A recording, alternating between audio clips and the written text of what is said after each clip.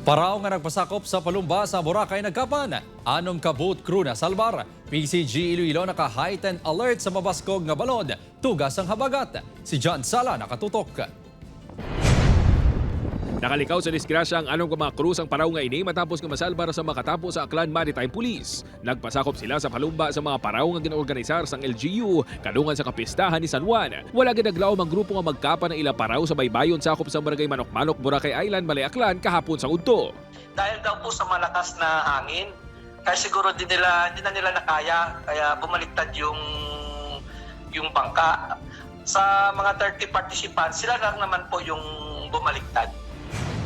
Heightened alert naman ang Coast Guard Station Iloilo bangod sa epekto sa Bagyo Francisco kang tropical storm nga sagwa sang PAR nga mas nagpampaskog pa sang habagat. Kinanglan man kuntani ni Tatay Wilfredo nga magpalawod apang nagpaiway anay ni bangod sa mamadlos nga hangin kag dalag kong abalod. Delikado eh. Oo.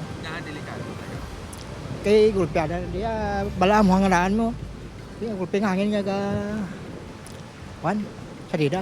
We strongly advise na sa ila sir nga hindi sila na magpalawod kung walain ang tempo and as what you have said sir hindi mapaktan gulpi lang nagabaskog ang hangin kagang nagadalag po ang balon. Magluwas sa pagchekyar sa mga pantalan kag puerto nagabiso man ang PCG sa mga resort kag iban pa nga mga establishmento sa mga coastal areas nga likawan anay ang mga water activities.